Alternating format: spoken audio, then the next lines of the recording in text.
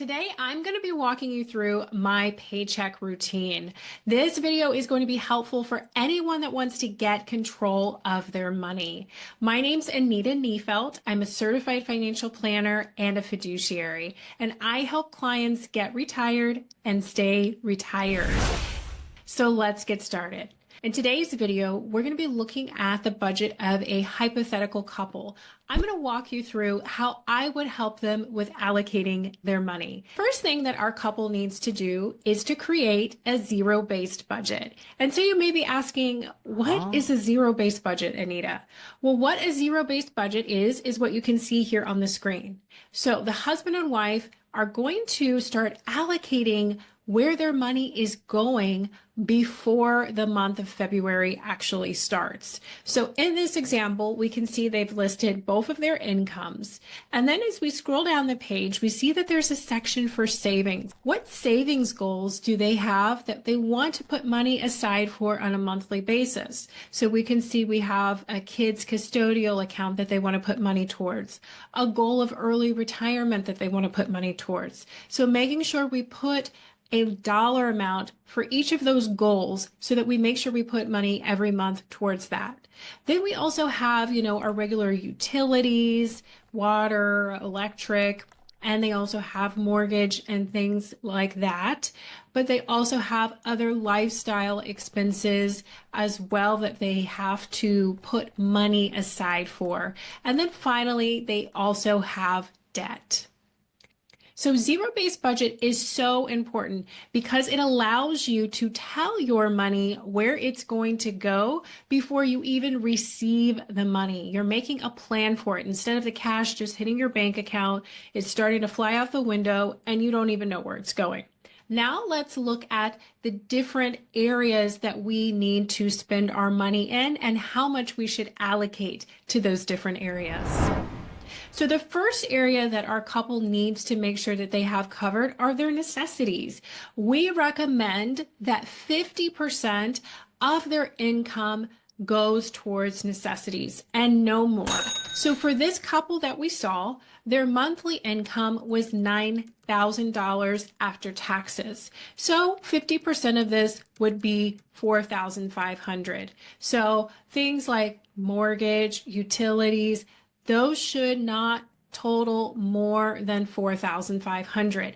If that total starts to creep over $4,500, if they're in a high cost of living area just by a little bit, that's okay. But if we're looking at 75% of their paycheck going to those types of expenses, that is going to be really stressful on a monthly basis. They're not going to have any money to do anything that they enjoy. So we want to try to keep this at 50% or lower. So our couple is doing pretty well in this area of having their essential expenses at about 50% of their income. Now from there, we want to make sure that there is an emergency fund. An emergency fund is an account that you can go into when things hit the fan. When the world starts to crumble, you've got that extra cash that you can tap into that will keep you from putting it on a credit card and not being able to pay it back. So we recommend for this step that you have $1,000 in an emergency fund. And this should be in just a high yield investor checking account that you can open at Schwab, Fidelity, or wherever, so that it is money that you can get access to within a business day. So we want to stack up this $1,000 as quickly as possible. So since in this step we have 50% of our monthly income going towards necessities, shouldn't be a problem for this couple to get $1,000 in their emergency fund as soon as possible. Once we have the emergency fund covered, now we're going to look at debt. So with the debts, you always want to make sure that you have a listing of your various debts, and you want to list your debts from smallest to largest and pay off your smallest debts first. This is called the debt snowball method.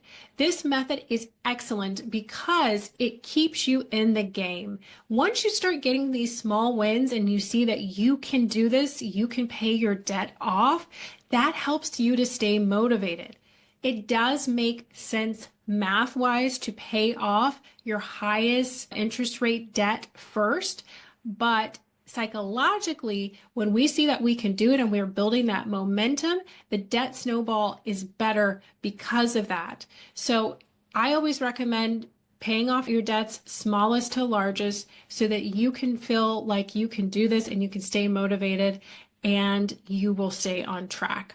My recommendation is typically that you're only in this phase about 2 years or so, because we don't want you in this situation where you're not maximizing your savings and investments like you should be.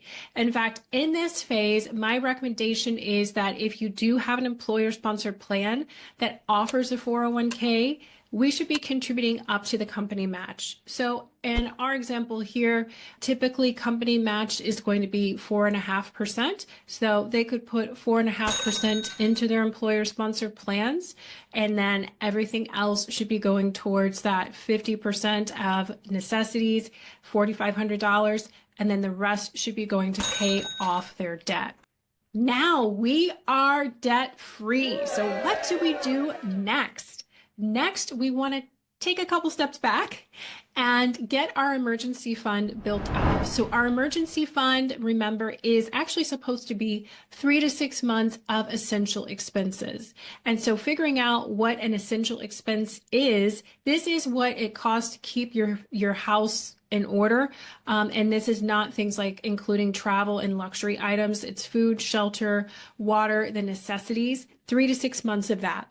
Now, if one of you has a job that would take longer than 3 to 6 months to find, then maybe your emergency fund needs to be a little bit larger. But typically, we want to have that 3 to 6 months in your high yielding money market account that you can get access to within a business day. And now that we've got our emergency fund built up, we've got our debt paid off, we want to now focus in on saving and investing. And this part should be about 20% of your paycheck. I always think it's best to automate the savings and investing step. So what I would recommend is if you're putting money in a Roth IRA, set it up so that's automatically taken out of your account, and also invest it once it hits the Roth IRA. Sometimes people forget to invest the money once it goes into the investment account. So that's also an important step.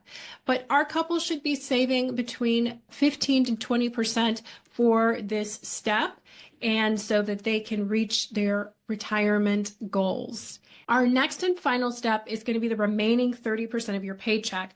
And this is going to be your wants. So this is going to include things like maybe that nice gym membership. Maybe you want to get a new, nice luxury vehicle. Maybe you want to do some traveling.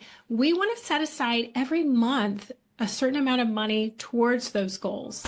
And if your goal is something that is longer term, maybe in the next 10 years, then feel free to actually invest that money. I also want to say, if you don't have a lot of expenses, maybe this is not 30% of your paycheck, you can take this money and you can put it towards your retirement and investing. So you could save 40% of your paycheck for retirement if you wanted to, if you didn't have a lot of money that was going towards your wants section. So I hope you all found this video helpful, that you feel like I can take control of this monthly income that I'm getting and put it to good work so I can reach my financial goals. If you are in the situation where you would like to sit down with me and have a complimentary financial planning appointment, please click the link below in the description. I'd be more than happy to work with you. I hope you all have a great day, and please remember to like and subscribe.